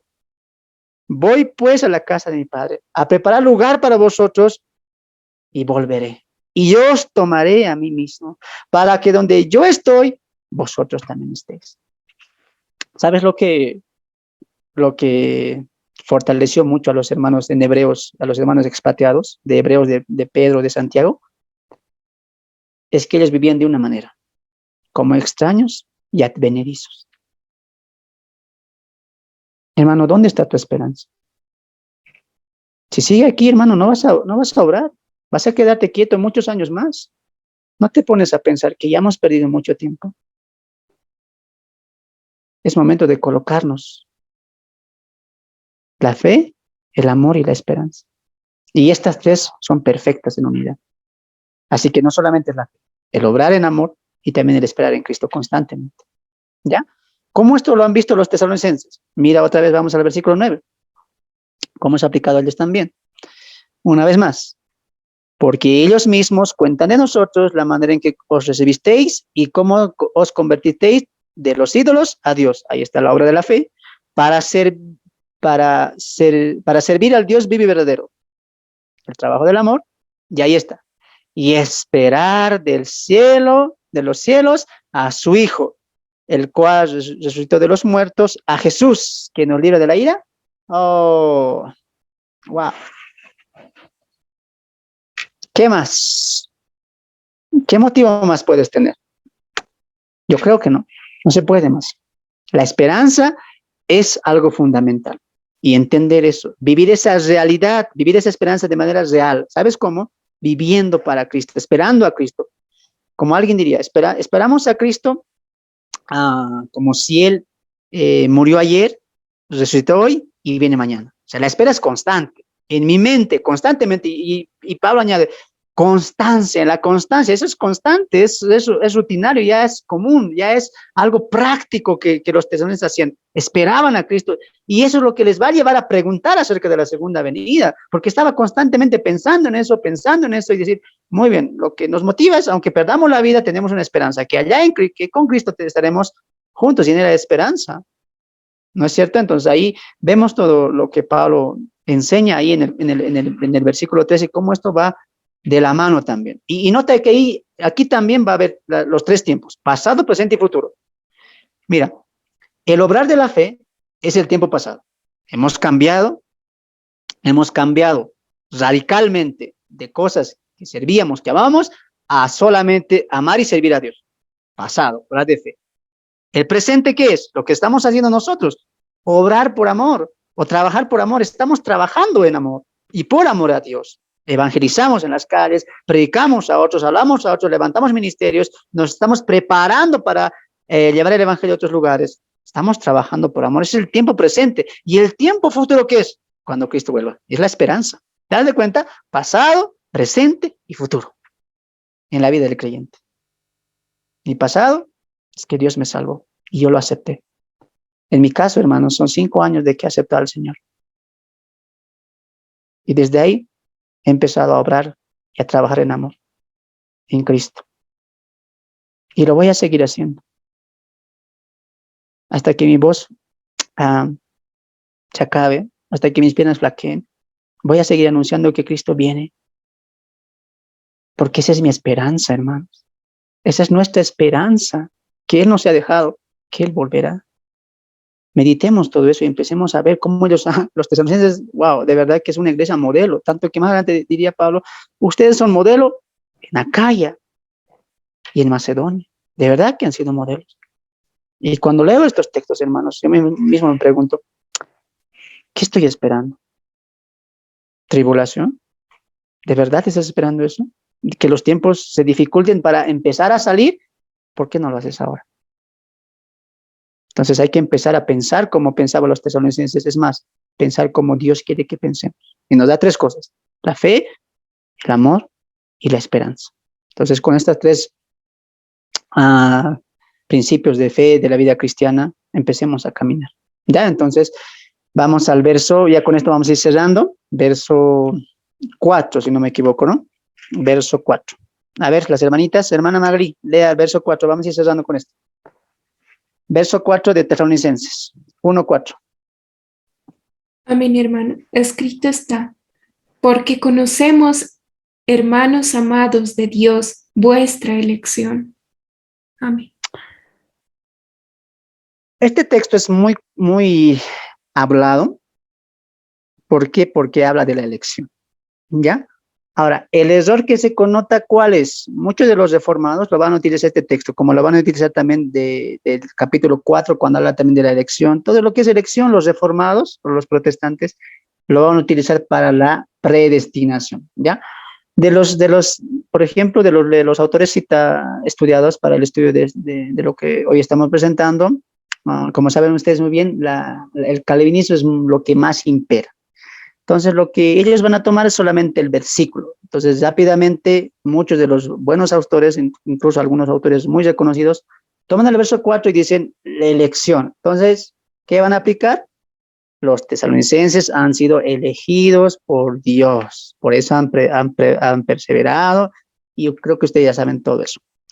Pero cuando empezamos este estudio, hablamos acerca de la introducción al estudio expositivo, tocamos un punto que era el contexto, ¿no es cierto? Y el contexto nos va a ayudar mucho, ¿ya? Nos va a ayudar mucho. En este caso vamos a ir rapidito juntamente con ustedes para que entendamos el verso 4, ¿ya? Dice ahí, porque conocemos. Ahora, el por qué está connotando razón, causa, el motivo, para entender lo que antecede al por qué. Una vez más leeremos el verso 3, juntamente todos, ¿ya? Acordándonos sin cesar delante de Dios y del Padre nuestro, de la obra de vuestra fe, del trabajo de vuestro amor y de vuestra constancia en la esperanza en nuestro Señor Jesucristo. Eso lo hemos visto, lo hemos desenglosado, ¿ya? Ahora dice, ¿por qué? Esta es la causa. ¿La causa de qué? La causa de que han abandonado ídolos, la causa de lo que están obrando por Dios en amor y la causa de que están esperando constantemente a Dios. Esta es la causa. Porque conocemos, hermanos amados de Dios, vuestra elección. Note que ahí primeramente dice, hermanos amados de Dios, y les va a apuntar directamente a los hermanos de Tesalónica. Vuestra elección. ¿Es algo que los hermanos de Tesalónica han elegido? Sí. Mira, está hablando de un cambio de carácter, de un cambio de obrar, y todo el contexto nos va a hablar de eso, mira. Porque alguien puede pensar, es la elección de Dios, Dios les eligió, Dios los predestinó, sí, pero si lees el contexto, constantemente está hablando de una elección que han hecho los tesalonicenses en medio de la religión, de las costumbres, de lo político que estaban viendo en el tiempo del encabezamiento romano. Y mira cómo el versículo 5 continúa. Pues nuestro evangelio no llegó a vosotros en palabras solamente, sino también en poder en el Espíritu Santo y en plena certidumbre, como bien sabéis cuáles fuimos entre vosotros por amor de vosotros. Pablo está diciendo, a ver, sí, nosotros llegamos hombres humildes como todos, pero no trajimos nuestra palabra, trajimos la palabra de Dios, y eso es lo que lo hace poder a lo que nosotros decimos. Sí, somos humanos, pero trajimos la palabra de Dios, y lo que selló eso fue el Espíritu Santo, y ustedes la creyeron, porque dice ahí, la cual recibisteis con certidumbre, con seguridad, creyeron en la palabra. Ahora, 6, y vosotros, mira, y vosotros vinisteis a ser imitadores de nosotros. Ah, ¿de qué está hablando? Cambio, pues, un carácter, un obrar diferente. ¿Han imitado a quién? A Pablo. Y mira lo que añade después. Y del Señor. ¿De qué está hablando? De obrar, pues. Y es algo que ellos han elegido. Obramos para el Señor, trabajamos para el Señor, cambiamos estas cosas. Y eso es lo que nosotros conocemos como el libre albedrío que Dios da. Concede eso de una elección. Elijo cambiar. No está hablando de una elección que Dios los predestinó. Ahora hagan todo esto como si fuera maniquí. No. Ustedes tuvieron una elección. Y bendito sea Dios que eligieron lo correcto. Porque también escucharon la palabra que yo traje y Dios y el Espíritu Santo tocó sus corazones y mostró el poder que tiene la palabra de Dios. Entonces, ¿qué han imitado? Imitar, ¿qué? O el obrar, pues. Imitaron el obrar de quién? De nosotros, incluye ahí a Pablo y a Silas, ¿y de quién más? Del Señor. Recibiendo la palabra en medio de gran tribulación, pero con gozo del Espíritu Santo. De tal manera que habéis sido ejemplo, ¿te das de cuenta? Siempre está hablando del obrar, del actuar, del carácter, de un cambio radical. De tal manera que habéis sido ejemplo a todos los de Macedonia y de Acaya que han creído. Porque partiendo otra vez de vosotros, ¿te das de cuenta? En todo momento, Pablo en el contexto está diciendo, vosotros imitasteis, vosotros predicasteis, va a extender el evangelio, y vosotros también, dice, partió el evangelio, se promulgó la palabra del Señor, no solo en Macedonia y Acaya, sino que también en todo lugar, subraya eso, vuestra fe. ¿Te das de cuenta? El contexto está apuntando ¿a quién? A los tesalonicenses. No está apuntando que Dios los llevó, que Dios les hizo predicar. No, está hablando de ustedes fueron, ustedes llevaron, ustedes quisieron ser imitadores de nosotros y a la vez del Señor. ¿Te das de cuenta? Esa es la elección que ellos hicieron. Ya, continuamos un poco más adelante. Sino que también en todo lugar vuestra, no dice la fe, vuestra fe en Dios se ha extendido. De modo que nosotros no tenemos necesidad de hablar nada, porque ellos mismos cuentan de nosotros la manera en que nos recibisteis y cómo os convertisteis de los ídolos a Dios, para servir al Dios vivo y verdadero, y esperar de los cielos a su Hijo, el cual resucitó de los muertos, a Jesús, quien nos libra de la ira venidera. Entonces, el versículo 4, cuando dice, porque conocemos, Pablo está incluyendo ahí a Pablo, Silas y Timoteo, conocemos, hermanos amados de Dios, que ustedes han elegido lo correcto y han permanecido en lo correcto. Es más, han hecho lo correcto, de verdad. Y esa es la elección que está hablando ahí. Por el contexto entendemos eso. No está hablando de una predestinación, ¿ya? Que también va a haber un error de traducción en Tesalonicenses 4, en segunda, perdón, que ya vamos a leer después, cuando dice, ustedes son primicias, ustedes son los frutos de la elección de Dios, que está equivocado también, ¿ya?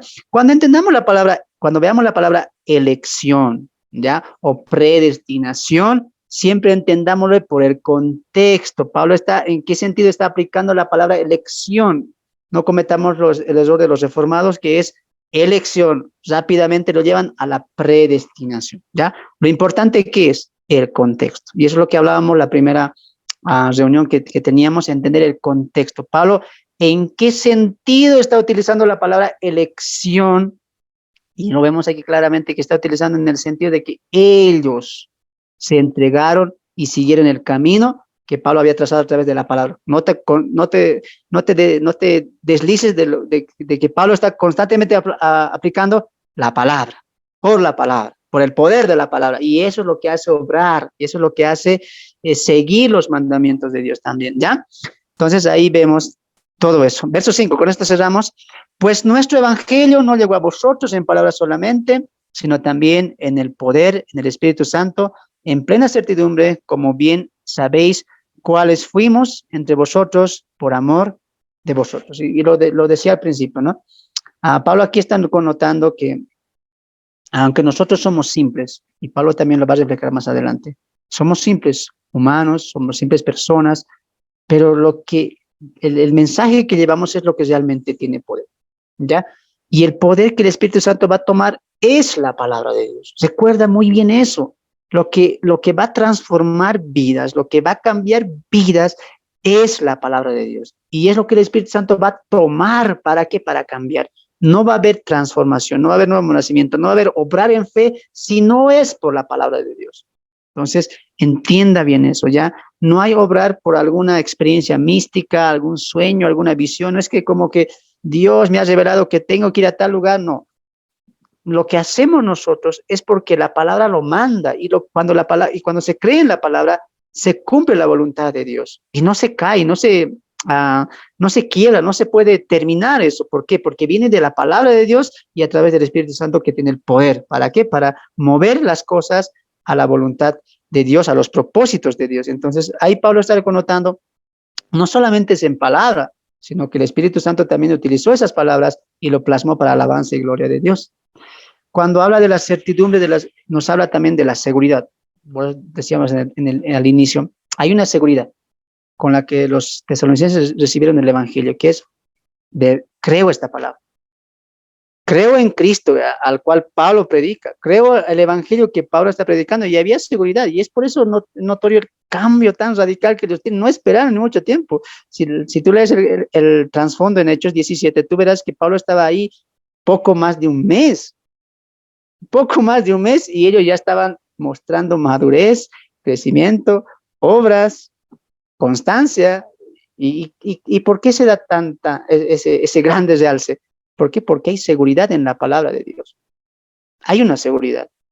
Y esto nos llama también a meditar, porque a veces muchos de nosotros estamos 10, 5, 20 años, o a veces 3, 4 años, y no estamos obrando. Y estos hermanos de Tesalonicenses, Pablo les predicó más de un mes, y ya, empezaron a orar para Dios. Y tenemos que entender eso, ¿no? Que a veces lo que nos dificulta a nosotros el no obrar es porque a veces no confiamos ciegamente en la palabra de Dios. La creemos, sí, la respetamos, sí, pero no la estamos poniendo en práctica en el sentido de estar seguro de que es así y no hay nada más que discutir. Recuerda que el entregarse a Dios no es un 90, no es un 99, es el 100%, y de la manera que te entregas a Dios, te entregas a su palabra, y de la manera que te sometes a Dios, te sometes a su palabra. Lo que la palabra dice es la que tú tienes que cumplir, sin peros, sin excusas, sin mostrar tal vez algún recelo, no, la cumples porque la crees, y la crees porque viene de Dios. Y cuando pasa eso, tú vas a vivir por la palabra. Recuerda lo que Pablo dijo, nosotros ya no vivimos, ya no andamos por vista, sino andamos por fe, y eso implica la palabra de Dios. Es como que yo cierro mis ojos, físicos, materiales, los que veía, los que palpaban, no tengo necesidad de ver. Hoy yo vivo por la palabra, a través de la fe. Y es lo importante, es lo que te va a dar un crecimiento rápido, hermano, ¿no? Y a veces los hermanos queremos madurar, yo quiero madurar por el Señor, quiero crecer en la fe, pero lo que a veces tú tienes que preguntarte es que si realmente estás creyendo en la palabra de Dios, si realmente estás cumpliendo. Por ejemplo, en Mateo 6, buscad primeramente el reino de Dios, lo estás buscando, y su justicia, estás buscando eso. ¿Y qué dice el texto? Añade, y todas estas demás cosas os serán. ¿Crees eso? Si realmente crees que Dios puede añadir, dejarás de esforzarte por lo material y empezarás a esforzarte por lo espiritual. Pero cuando no crees esa palabra, ese añadir, y Él os añadirá todas estas cosas, si no crees eso, seguirás esforzándote por lo material y viviendo y dejando que pasen los años, añadiendo y amontonando algo material. Pero cuando crees esa palabra que Él añadirá, que Él dará en su voluntad, tú te desvives por cumplir ¿qué cosa? Por buscar ¿qué cosa? Su reino y su justicia. Y tienes hambre de eso constantemente. ¿Te das de cuenta? El punto aquí que es creer con seguridad en su palabra. Pablo dijo, A los hermanos de Tesalonicenses les predicó y ellos creyeron, tuvieron seguridad, ¿no? No es necesario, Pablo, que añadas más, es hora. Pablo se fue, sí, escapó, perseguido por los judíos, sí, pero nos toca a nosotros. Es que creyeron la palabra ciegamente y vivieron. Y dime tú si en esa persecución no murieron muchos hermanos. Incluso veíamos en el contexto, en el trasfondo, perdón, había más mujeres, ¿sí o no? Dime si esas mujeres no dieron su vida por el evangelio, por testificar a otros. ¿De dónde parte esa seguridad? ¿De dónde parte ese fervor? Por la seguridad de la palabra. Creo en la palabra y la vivo, la voy a cumplir porque es palabra de Dios y Dios no se equivoca. Dios no tiene un plan B. Dios no se retracta. Él lo dijo y Él lo hará. Recuerda, cielo y tierra pasarán, mas su palabra permanecerá para siempre. Y eso es lo importante. ¿Quieres crecer? ¿Quieres madurar? ¿Quieres obrar? Cree en la palabra y vive la palabra. Si realmente lo crees, lo vas a hacer. Si realmente crees lo que Dios dijo a través de su palabra, tu vida va a cambiar radicalmente, hermano. Te lo digo por experiencia propia. Cuando yo empecé a creer en la Biblia, a colocar no 20, no 40, 100% mi seguridad en ella, hermanos, empecé a caminar bajo la voluntad de Dios. Hay mucho por recorrer, sin duda que sí, pero hoy, si me comparo con el hermano Fernando del primer año que se convirtió, hoy creo más en este libro, creo más en esta palabra porque es de Dios y la cumplo y la trato trato de mejorar mi vida en obediencia a Dios. ¿Sabes por qué? Porque creo esta palabra y creo lo que Él dice, lo que Él quiere, lo que Él demanda, lo que Él quiere que esperemos. Yo la creo y la vivo. Y eso es lo importante. Cuando empieces a creer en esta palabra, tú vas a vivir esta palabra y vas a demostrar a los demás cómo la palabra tiene poder. Recuerda que este es un libro. Lo que le da poder, lo que le da vida, lo que le da eficacia es cuando tú vives el libro. Muy bien, entonces aquí, hermanos, no estamos solamente para informarnos. Recuerda que la Biblia, hermanos, no solamente es para informarte, es para transformarte. No vengas a la Biblia primeramente para saber temas escatológicos, para saber temas importantes, preguntas con qué responder. Tú ve a la Biblia no solamente para que te informe, sino para que te transforme, que es lo primordial. La Biblia transforma, no solamente informa. He ahí la diferencia entre alguien que solamente tiene conocimiento que alguien ha sido transformado por el poder de la palabra de Dios. ¿Crees esta palabra? ¿Crees que el evangelio tiene poder?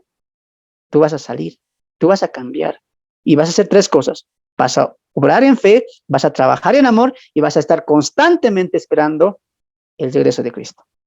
Hermanos, para mí ha sido un placer poder estar a este tiempo breve. Hemos resumido muchas cosas, pero espero que el tema haya sido un poco, el tema haya sido centralizado en lo que se ha querido dar. Les esperamos la siguiente semana también con la parte 2. Estamos entrando poco a poco al libro con calma. Sé que hay cosas que se van a ir añadiendo, pero hay mucho que meditar, hay mucho que aplicar a nuestras vidas. Entonces, empecemos a meditar en lo que hoy hemos aprendido, en obrar en fe, el trabajar por amor y el esperar constantemente a Cristo, ¿no? Entonces, que esto sea hoy en día tu prioridad, estas tres armas espirituales, esos tres principios espirituales que no se aparten de tu vida. ¿Qué cosa? La fe, la esperanza y el amor.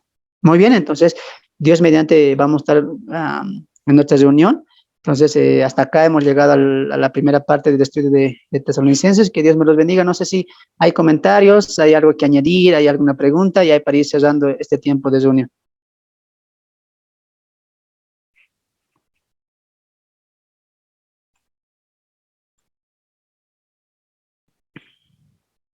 Y el actuar tiene que ser inmediato, ¿no? Entonces, necesitamos de brazos, necesitamos de pies, de cabeza, de todo el cuerpo.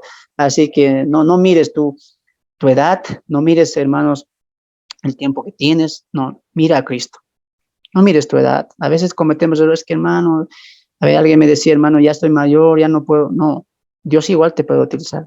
Tú te ves así, pero Dios puede hacer grandes cosas con tu vida. Así que no mires tu edad, no mires si eres muy joven, si tienes esposa, si tienes muchos hijos, si no tienes hijos, no mires eso. Mira a Cristo y lo que Dios puede hacer con tu vida hoy, este año. Solo puede hacer siempre y cuando tú, como dicen los tesalonicenses, elijas seguir lo bueno. Y Dios lo va a hacer. Entonces, aprendamos a decidir, a discernir lo que es bueno en Dios y lo que no le agrada a Dios para cumplir sus mandamientos. Así que, hermanos, de verdad el pastor necesita mucha ayuda y oremos también por él. Al finalizar esto también voy a orar yo también por él y ustedes también vamos a seguir orando por los pastores, por los siervos que están padeciendo allá también en Perú, también allá en otros países que acá hay mucho conflicto a nivel político y sigamos orando porque el ministerio siga avanzando, aún en tiempos difíciles. Así que comentarles eso también y oremos también por eso. Les decía que vamos a orar y constantemente vamos a seguir apoyando al ministerio con lo que podamos, ¿ya? Entonces, voy a presentar a un hermano en Cristo acá desde Bolivia. Él está con nosotros y quiere también ser presentado. Él va a estar con nosotros en los estudios. Es un joven que también está emprendiendo esto de la predicación. Él está poco a poco encaminándose al Señor. Entonces quiero que le conozcan. Él es acá de Bolivia también y quiero que ustedes, mis hermanos en Cristo, allá del exterior, lo puedan conocer. Él se llama Joel, así que Joel, no sé si tú puedes presentarte a los hermanos. Buenas noches, hermanos. Buena misericordia, paz y amor sea con cada uno de ustedes. Hermanos, en la gracia de nuestro Señor. Como estaba diciendo nuestro hermano Fernando, yo soy un hermano de aquí de Bolivia, que hace tiempo, ya no recuerdo cuánto, pero estamos juntamente con eso de ir aprendiendo, de ir enseñando lo que es la palabra de nuestro Señor. Y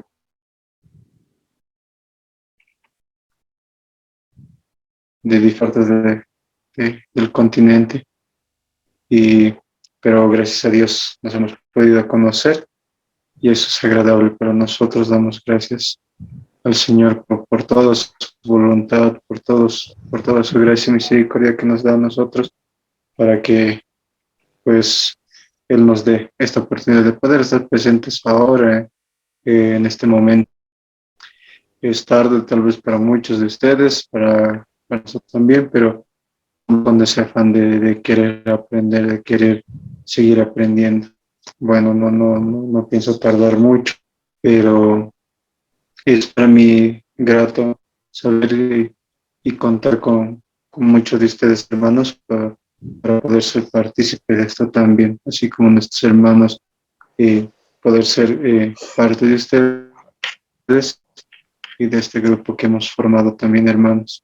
La etapa que estoy viendo y para mí también y para otros hermanos es algo nuevo, pero siempre sea hecho para la gracia y la obra de este. Solo los hermanos, un gusto conocerlos a cada uno de ustedes. Amén. A ver, los hermanos, ahí demos la bienvenida. Amén. Amén, hermanito. Bueno, ya le había saludado la reunión anterior. Qué bueno, tan jovencito. Sí, habla, hermano. Perdón.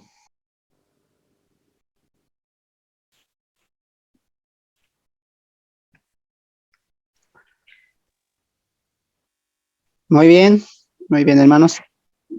Vamos a finalizar hoy con la reunión del día de hoy, siempre orando por estos estudios, por el Ministerio de Misiones y también sé que cada uno de ustedes está orando también en sus comunidades, en sus ciudades y vamos a estar pidiendo también por cada uno de ustedes. Entonces, la siguiente semana estamos también empezando ya con los resúmenes, así que los que quieran pueden ayudarnos con un pequeño espacio de los resúmenes que vamos a tener como para refrescar la memoria y para poder continuar con la dirección de los estudios. Así que de verdad que gracias a Dios doy gracias a Dios por ustedes porque han estado acá y de verdad que Dios pueda utilizarlos a ustedes para que el evangelio pueda correr.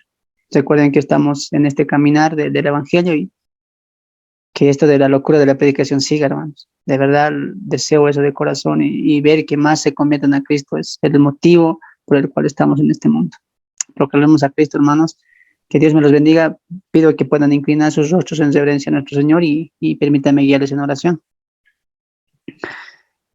Gracias te damos, Padre, Señor, por todo lo que tú nos das, no solamente la salud, no solamente el bienestar, no solamente el sustento económico, incluso el sustento, lo material, Señor, el alimento, el pan de cada día.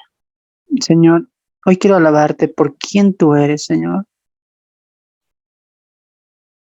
Las cosas grandes que tú haces cuando un hombre, un pueblo, una ciudad se entrega de corazón a ti, Señor. Quedo asombrado, Señor, quedo asombrado no solamente con la vida del apóstol Pablo, sino con la vida de tantos hombres y mujeres que aunque no conocemos sus nombres, aunque no han sido, Señor, nombrados en las Escrituras, sabemos que gracias a ellos también muchos se han convertido, porque ellos mismos han testificado de tu Hijo Jesucristo, aún o en medio de tanta tribulación, de tanta dificultad, Señor. Y mi asombro, Señor, es ver lo que tú haces. Tú, Señor, no miras circunstancias, no miras, Señor, el tiempo en el que se vive, Señor. Tú obras porque tu palabra tiene poder y autoridad, Señor. Y tristemente muchos de nosotros aún, Señor, no creemos o no tenemos esa seguridad al 100% en tu palabra, Señor. Y es lo que hoy nos has reflejado, Señor. Enséñanos a tener seguridad.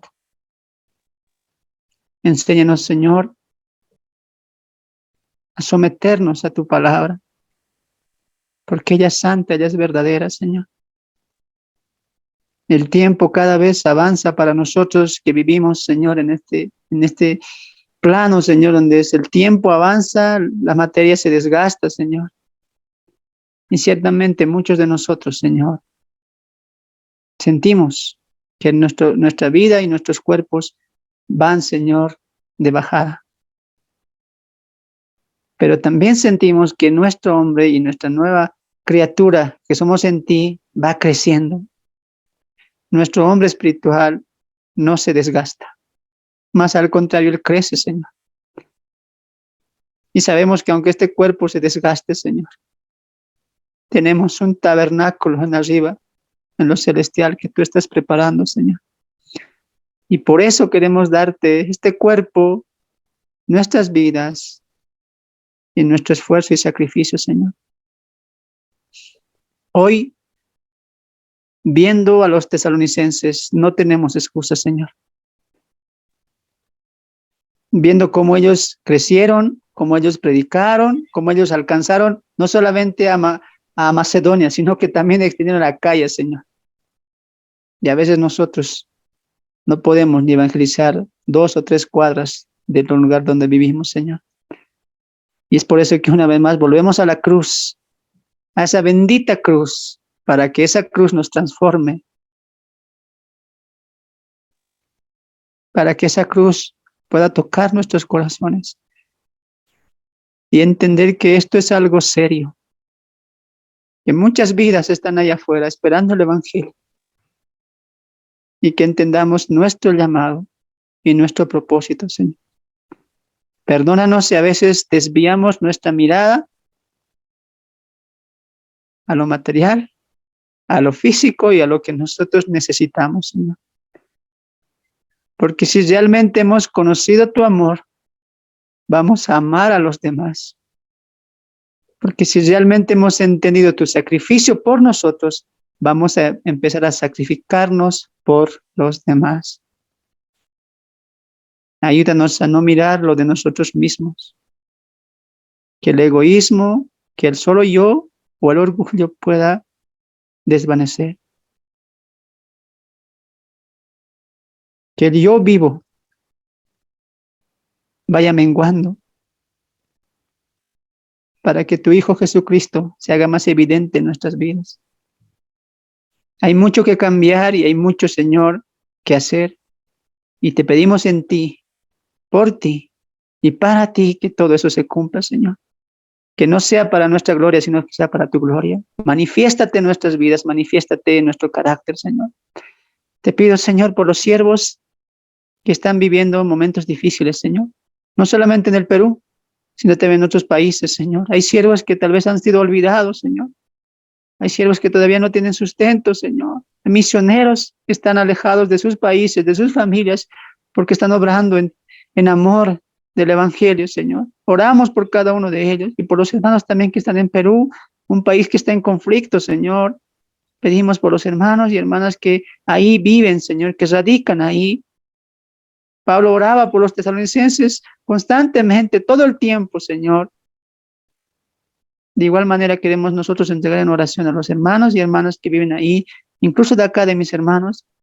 Si alguien está pasando alguna necesidad, si alguien está, Señor, pasando alguna tribulación, pasando alguna prueba, Señor, te pido, Señor, que su fe no falte. No te pido, Señor, que tal vez tú puedas quitar la prueba, porque sí lo puedes hacer, pero que sea tu voluntad. Lo que yo te pido, Señor, es que la fe no caiga, que su fe permanezca en ti, a pesar de las pruebas y a pesar de lo que estén viviendo, Señor. Que la fe se haga evidente en nuestras vidas y de que hemos sido transformados a la imagen y semejanza de tu Hijo Jesucristo por el poder del Evangelio. Gracias por las vidas de nuestros pastores, allá en Perú, Pastor Daniel, Pastor Carlos, Señor, y los que trabajan en ese ministerio, aquí también. Sé que mis hermanos y hermanas tienen algún ministerio que están llevando o están testificando a una o dos personas, Señor.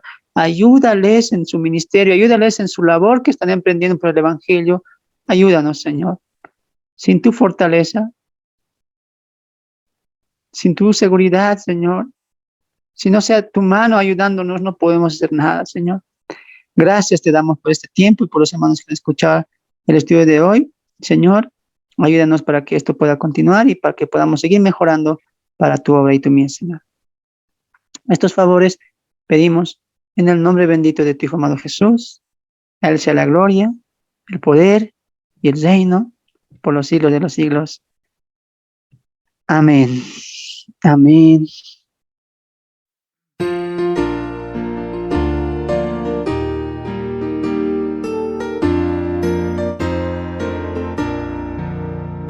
Sembraré la simiente preciosa del glorioso evangelio de amor. Sembraré, sembraré mientras viva, dejaré el resultado al Señor. Sembraré, sembraré mientras viva simiente de amor. Segaré, segaré, al hallarme en la casa de Dios. Sembraré en corazones sensibles la doctrina del Dios de perdón. Sembraré, sembraré mientras viva, dejaré el resultado al Señor. Sembraré, sembraré, mientras viva simiente de amor. Segaré,